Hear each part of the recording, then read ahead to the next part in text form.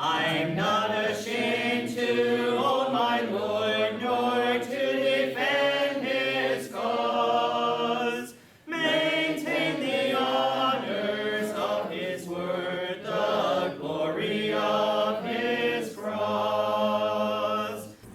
Zechariah is the 38th book of the Old Testament.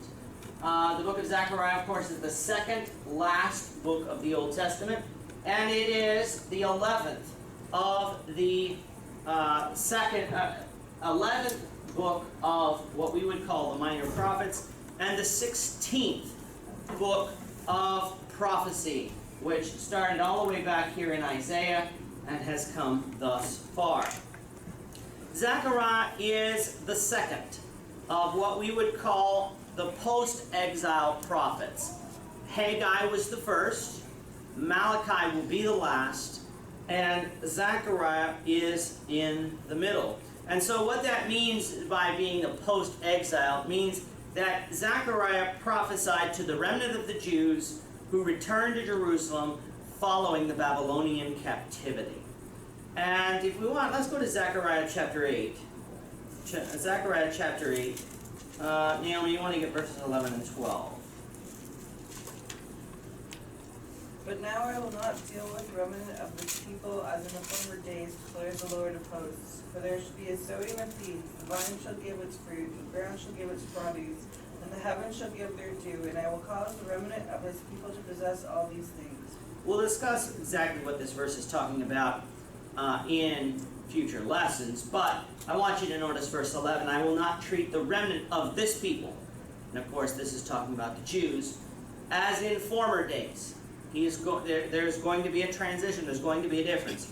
The theme of Zechariah is, in some ways, very similar to the book of Haggai, in that this people needed to rebuild the temple.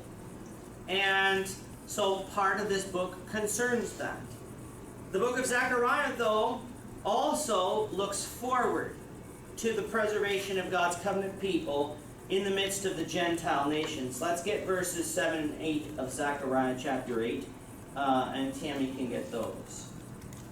Thus says the Lord of hosts, Behold, I am going to save my people from the land of the east and from the land of the west, and I will bring them back, and they will live in the midst of Jerusalem.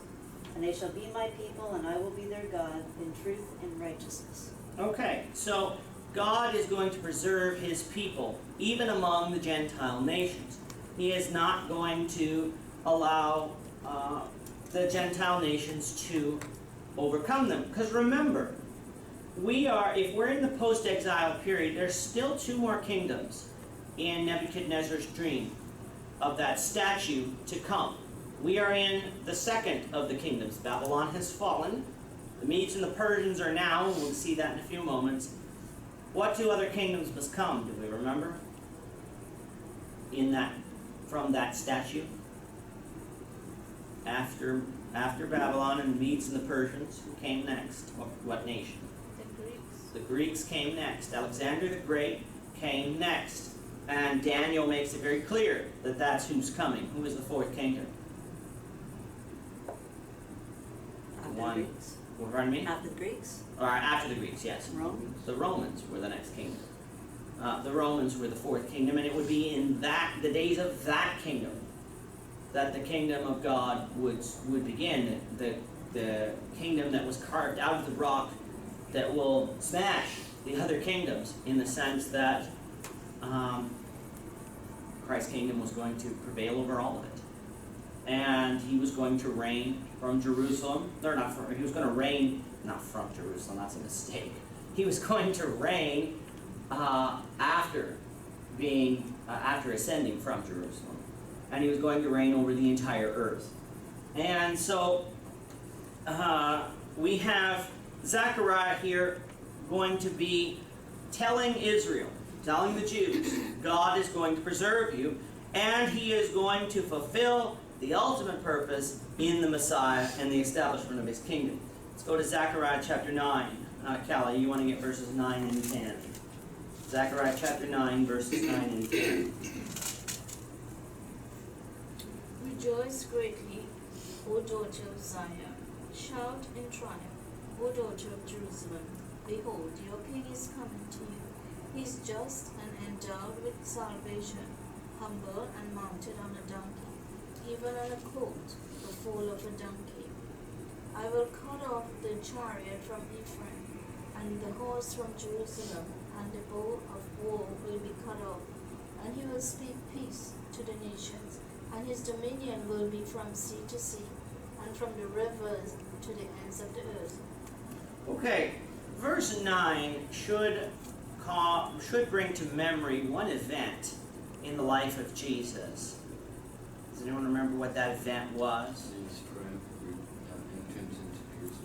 His triumphal entrance into Jerusalem. This is that prophecy. In fact, Matthew refers to that prophecy in Matthew chapter 20, I think it's 21, when Jesus enters into Jerusalem. If we go to the book of Matthew, Matthew chapter, I think it's 21. Let's see, it is 21. Gore, do you want to get verse 5? Or 4 and 5, sorry. All this was done that it might be fulfilled, which was spoken by the prophet, saying, Tell the daughter of Zion, behold, the king is coming to you, lowly and sitting on a donkey, a colt, the foal of a donkey. Okay, so Jesus came into Jerusalem on a donkey, which was a royal animal. We don't think of it as a royal animal today. It is, and it was at that time. It was their king was coming. He was coming to Jerusalem, and Zechariah prophesied that, and that's why Jesus came into Jerusalem this way, to present himself as king, also to tie it into a little bit of the Old Testament imagery, to present himself as the Passover lamb, as far as the New Testament Passover lamb. If anyone knows a little bit about what we read about in Exodus concerning the Passover, on the 10th day of the month, of Passover month, the lamb was presented. Well, Passover, the lamb was killed on, the lamb would be presented on this day. Or as far as they would choose the lamb on this day, and they would present him in the temple on the next day on the, and so that's what this final week, when you see the imagery of it, it actually does piece together some of the Old Testament imagery, even though we might miss that if we don't know a little bit more about the Passover. And so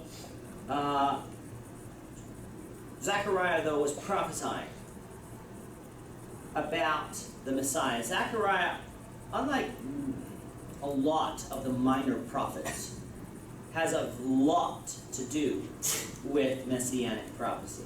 When we get to the section in our purpose section, and we talk about how this book relates to Jesus, it's very easy for us to find messianic relationships, because a lot of the prophecies, the Jesus being betrayed for 30 pieces of silver, going to be in this book. Of course, the triumphal entry into Jerusalem is going to be in this book. Jesus on the road to Gethsemane tells his disciples that they're going to be scattered. Strike the shepherd and the sheep will scatter. He quotes Zechariah on the road to Gethsemane before he is arrested. That prophecy is found in the book of Zechariah. We're going to see a lot of the kingdom imagery, the coming kingdom, found in the book of Zechariah. So there is going to be no stretch in finding how this book relates to Jesus Christ, because there are so many prophecies. It is the longest of the minor prophet books. It's not 2 or 3 chapters like the books of Haggai and the book of Habakkuk and the book of Obadiah and others. It is a long book. We won't read it all, but it is certainly worth reading and going through, because there's a lot of good material in it. Let's go to the origin. Of course, we start with the title. The book of Zechariah is named for its author. And Nat, if you want to get Zechariah chapter 1, verse 1. In the 8th month of the 2nd year of Darius, the word son of Berechiel, the son of Iddo, and prophet, saying, Alright, so the book of Zechariah is named for the prophet that is speaking here. And so, if you've checked your book, you might know the answer to this one. If you haven't checked your book, okay, that you'll be learning a little bit more. What is the meaning of Zechariah's name, and how might the meaning of the prophet's name be connected to the content of his message? So, anyone know what the name of Zechariah means? No idea? You're not up on your Jewish etymology? Means Jehovah has remembered. And we're going to find that as a theme. Remember, God has remembered his people. So let's get Zechariah chapter 1, verses 12 through 17. We'll do one verse each. We'll go to Leister and then across to Henry. One verse each, 12 through 17 of Zechariah chapter 1. Then the angel of the Lord answered and said, O Lord of hosts, how long will you not keep mercy on Jerusalem and on the cities of Judah, against which you were angry these 7 years? And the Lord answered, the gracious of the country were to the angel who acted. So the angel who spoke with me said to me, Hearken and sing, thus says the Lord of hosts. I am zealous for Jerusalem, and for Zion is great fear. And I am extremely angry with the nations that have the access.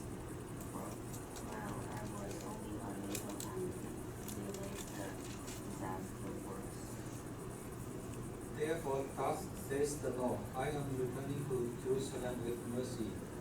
My house shall be built in it, says the Lord of hosts. And the severe line shall be stretched out over Jerusalem.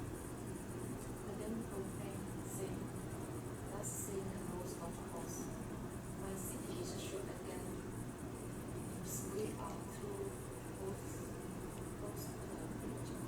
The Lord looked at them, comfort Zion, fulfill again Jerusalem. If you remember from Habakkuk, when our study of Habakkuk, what was Habakkuk's complaint about the nations round about Israel at that time? Evil. They were evil, and yet God wasn't judging them. Remember Habakkuk, that was his one question about God. Why are you allowing evil, not only in this nation, but in nations round about? And God said, wait.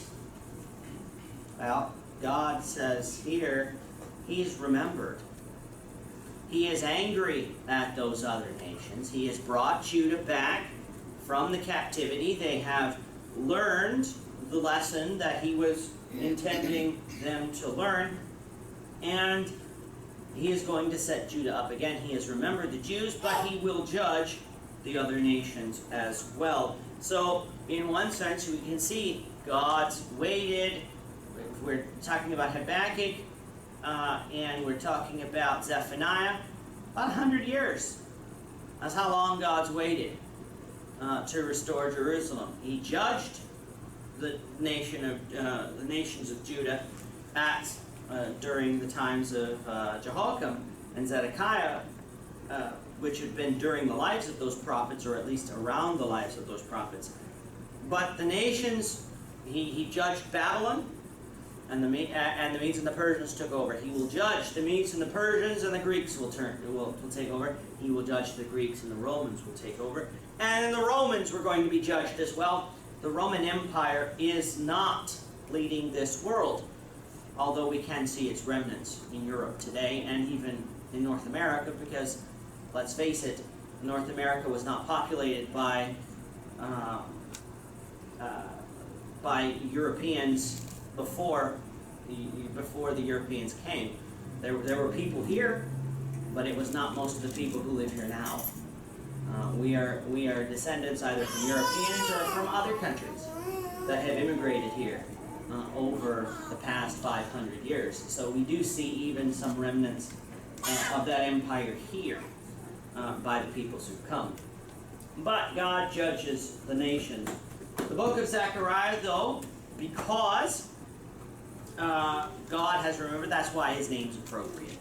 And so let's deal with the author. The opening statement, which Annette read for us earlier, presents that Zechariah was the prophet who wrote this book, but what's also interesting in that verse, who is Zechariah speaking for? In Zechariah 1 verse 1.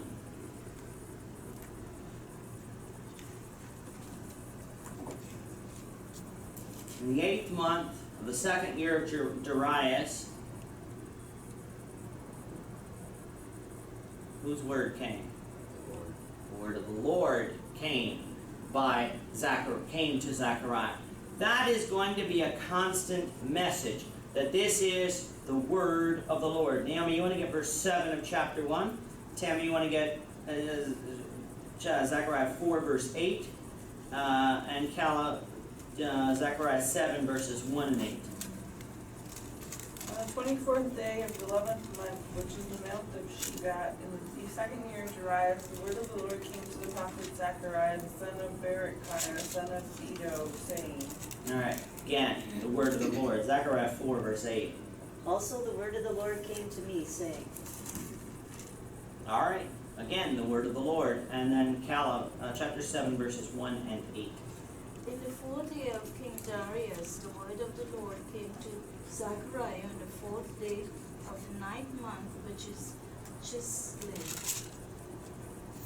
The word of the Lord came to Zechariah, saying. Again, the word of the Lord. That's an important thing. Because what charge is often leveled against the Bible concerning who wrote it? People say man wrote it, not God. Men wrote it, not God. So in other words, Zechariah, he was just a man. He was a man in Israel. We don't really know if he existed. Maybe someone else wrote it. And same with all the other prophets. We don't know who wrote Genesis, even though it's ascribed to Moses. We don't know who wrote the book of Psalms, as far as many authors in our study of Psalms did.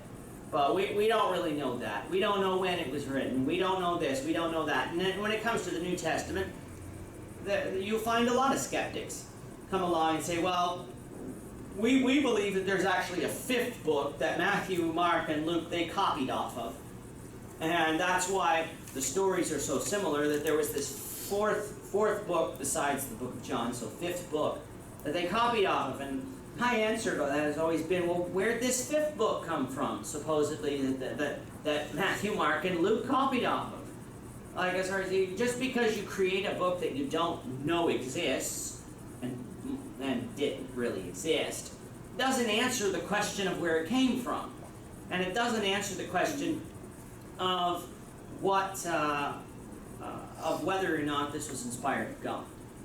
The Bible claims to be inspired of God, but just because the Bible claims to be inspired of God, does that automatically make it inspired of God? No, it does not. I could claim to be inspired of God. How would you know whether or not I am? I could claim to be a brain surgeon. Well, how would I know that you are, whether you are or aren't? What did you say? Come to my office. Come to your office. Perform surgery on you. All right. Well, I will pass on that, Gord. I would want to see your credentials. If I went to Gord to have brain surgery, first thing I would want to see is I would want to know, Gord, are you a brain surgeon? And I know he's not. So I'm not going to go to Gord because he doesn't have his credentials. A prophet, to say, thus says the Lord, what did God tell Israel about prophets who spoke in his name? Anyone remember from the book of Deuteronomy? It should come to pass. Whatever he speaks should come to pass. If it doesn't come to pass, he's not a prophet. Let's go to Deuteronomy chapter 18. I'm going to get Gord to read verses 15 all the way through verse 22. Deuteronomy 18. Deuteronomy 18. The Lord your God will rise up for you a prophet like me from the midst from your brethren. Him you shall hear, according to all you desired of the Lord your God in Horeb, in the day of the assembly, saying, Let me not hear again the voice of the Lord my God, nor let me see this great fire any more, lest I die. And the Lord said to me, What they have spoken is good. I will rise up from them a prophet like you from among their brethren, and I will put my words in his mouth, and he shall speak to them all that I command him. No, to verse 22. Okay. And it shall be that whoever will not hear my words, which he speaks in my name, I will require it of him. But the prophet who presumes to speak a word in my name, which I have not commanded him to speak, or who speaks in the name of other gods, that prophet shall die. And if you say in your heart, How shall we know the word which the Lord has not spoken? When a prophet speaks in the name of the Lord, if the thing does not happen or come to pass, this is the thing which the Lord has not spoken. The prophet has spoken it presumptuously. You shall not be afraid of him. All right, so the prophet's going to say, Thus says the Lord, and whatever the message is from God. And we see this all the way through the Old Testament, that the prophet would usually say something to Israel was going to happen soon. He might give prophecies that were a little bit farther off. Zechariah is going to give prophecies about the Messiah that are still 500 years off. But he's also going to tell Israel about things that were going to happen to them, so that they could know he was a prophet from the Lord and have faith in the future prophecies. However, if those future prophecies didn't come to pass, Zechariah was a false prophet. He might have prophesied some things that were correct, and those things would be from the Lord. But just because a prophet spoke some things that were from the Lord doesn't mean that a prophet always spoke from the Lord. We're going to find a prophet this morning in our lesson that thought he was speaking for the Lord, and yet the Lord had to appear to this prophet and say, You weren't speaking for me. This is what I want. And go tell King David what I want, not what you thought I want. And so, if the Old Testament prophets were true, then their words should come to pass. If the Old Testament prophets were false, their words wouldn't come to pass. The Old Testament, sometimes the Old Testament gets skeptics to come along and say, well, the prophecies that were written in the books of Isaiah and Jeremiah, they were actually written after the fact. So in other words, after the exile, writers went back to these books and just tweaked the prophecies a little bit so that they fit. When Isaiah names Cyrus, king of Persia, oh, well, that was written after Cyrus sent the kings back, so they just inserted the name. There's no evidence for that, but that's the accusation. However, at the time of Jesus, the book of Zechariah existed. We know it existed because it was quoted. You can't quote something that doesn't exist. The Old Testament existed at the time of Jesus. So, if Zechariah contains prophecies about the Messiah, and those prophecies came to pass, there can be no accusation from the book of Zechariah that its prophecies were written after the fact. It's either true or it's not. And we're going to see the fulfillment of those prophecies. And so if we see the fulfillment of those prophecies that occurred 500 years after they were spoken, a prophet can't do that. I can't tell the future. I was showing Naomi a magic trick earlier this week, and part of the routine that I do is, do you believe I can tell the future? And of course, what I'm going to do is perform an illusion that would make it appear that I can, but I can't. Everyone knows it's an illusion. because that's just part of the routine that you do, and it's a card trick. But everyone knows there's something I've done, because mankind can't tell the future. We can't even predict the weather. Half the time you watch the weather. If you go to the Weather Network today, either on either the app or on television, you will see what their predictions for the weather on Saturday is, like next Saturday. And if you come tomorrow, those predictions might have changed. If you come Thursday, they really might have changed. I don't know whether they're predicting rain or sun or whatever temperature. We can't predict the weather. Sometimes we can't even predict the weather when it's the same day. And so now we come along and say, well, we can predict the future, not without God. Gordon used to have a joke that it'd be nice to have a job where you can be wrong most of the time. Yeah. Like, the weatherman can be wrong, and we still go to the weatherman to know what the weather is. That's quite a job. Between that and baseball players, when a good baseball player hits 300, well, that means he fails 70% of the time, because that's a 300 batting average means he gets a hit 3 out of every 10 at bats. And so, like, as far as we between weathermen and baseball players, we accept that failure does happen, and sometimes the weatherman's right. But I do remember, I was telling Bill, one of these times the weatherman's going to cry wolf, and we're not going to be fooled, and he'll actually be right. We had a Wednesday class, I think it was last year or somewhere, where at 4 o'clock in the afternoon it was saying Toronto was going to get 15 centimeters of snow starting at 6 p.m. We got no snow. And I couldn't believe it. We canceled Wednesday Bible class because we didn't want anyone traveling in 15 centimeters of snow. And lo and behold, the weather missed Toronto. And now the north got hit, but I don't even think where Bill and Tammy got hit that night. But we can't predict the future. God can predict the future. There is no way Zechariah should have been able to predict something 500 years in the future, unless he was inspired of God.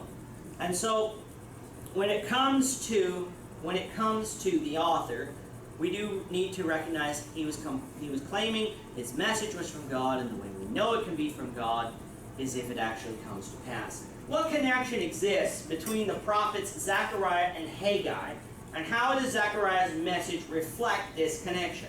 So let's go, Annette, you want to go to the book of Ezra, chapter 5. Ezra chapter 5, I'll give you a second to get there, verse 1. Lisa, do you want to go to Ezra chapter 6, verse 14? Cherry, you can stay in the book of Zechariah and get verse 16 of chapter 1. And Henry can get verse 9 of chapter 4 in Zechariah. So the first verse we're going to look at is Ezra chapter 5, verse 1. Then the prophet Haggai and Zechariah the son of Iddo, prophet, prophesied to the Jews who were in Judah and Jerusalem in the name of the God of Israel who was over them. And Lisa chapter 6, verse 14.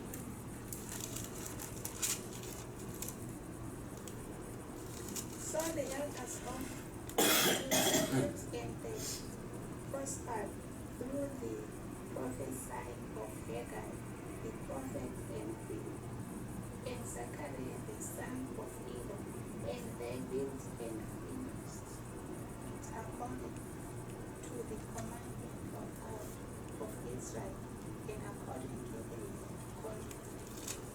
command of Cyrus, Darius, and Israel, king of Persia. We don't have to, sometimes when we get to the date, and we'll get to it in a few moments, we wonder, all right, when was this book written? We don't have to wonder. We can place Zechariah and Haggai directly in the Bible record. The book of Ezra says so. Haggai the prophet, Zechariah the prophet. We had Haggai and Zechariah prophesying to the Jews, you need to build the temple. This is the word of the Lord. And then in Ezra 6, the people heeded the word of the Lord. and actually did it.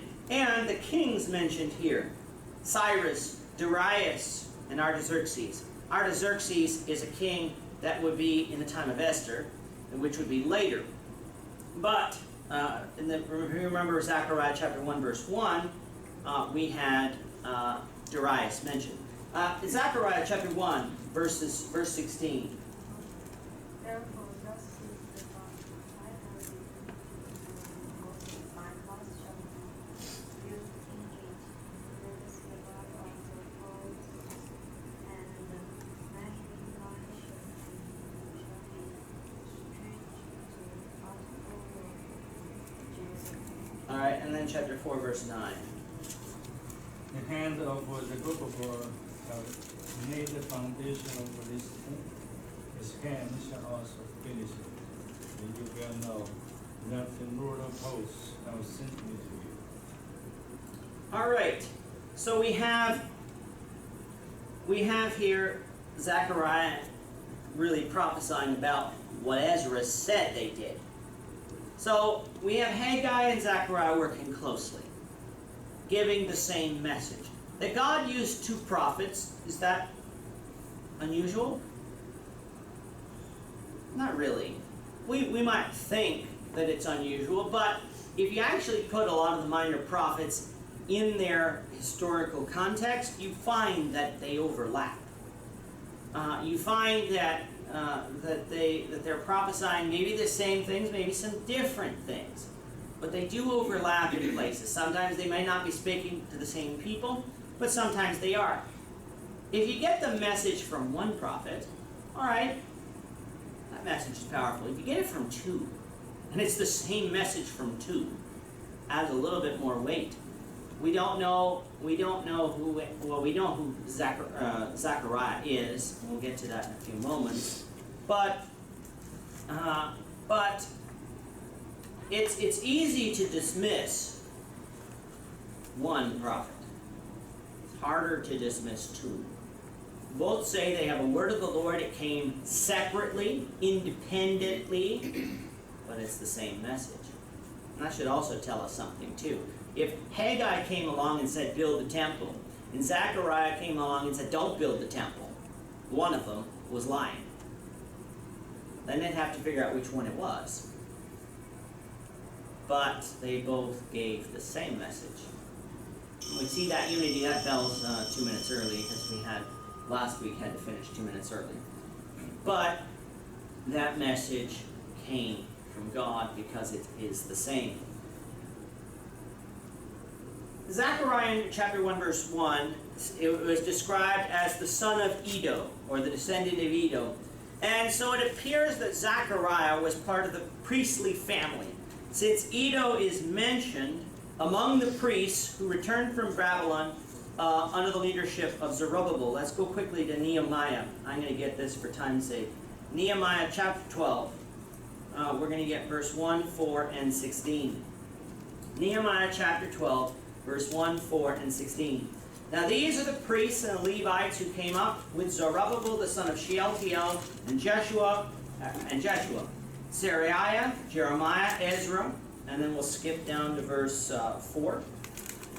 Verse 4. Iddo, Ginnethoi, Abijah, and then we'll skip down to verse 16. There we go. Of Iddo, Zechariah, of Ginnethon, Meshullam. I'm sure Annie's happy I didn't give her all those names. But Iddo here is mentioned here in Nehemiah. And then in verse 16, talked about Zechariah. It appears that Zechariah is a member of the as far as of the Levites, and who would be of the priestly family. Doesn't mean he's high priest or anything. That's somebody else. But he is of the priestly family. And so as part of the priestly family, that would give Zerubbabel's word a little extra when it came to the word of the Lord. Because, sort of like people see preachers today. Oh, he's a priest, so he's a man of God anyway. And now he has this word of the Lord. Haggai's word is just as equally powerful because it is the word of the Lord. But Zechariah has another advantage, we might say. So when it comes to the date, we don't have any questions. Let's just put up our timetable so we know where we are. So the kingdom was divided under Rehoboam in 931. We have Israel conquered by Assyria in 722. Judah was conquered by Babylon in 586. And then captivity ends around 537. That says 539, but it's actually a little bit ahead. 537. So the career of Zechariah is between 520 and 480. The last part of the book of Zechariah is going to show evidence that it was written later in Zechariah's lifetime. And we'll get to that when we get there. But the first part, dealing with the rebuilding of Jerusalem, is the early part. That's closer to 520. And the latter part's closer to 480. And so the temple is completed in around 515 BC. I'm not ashamed to hold my Lord, nor to defend his cause. Maintain the honors of his word.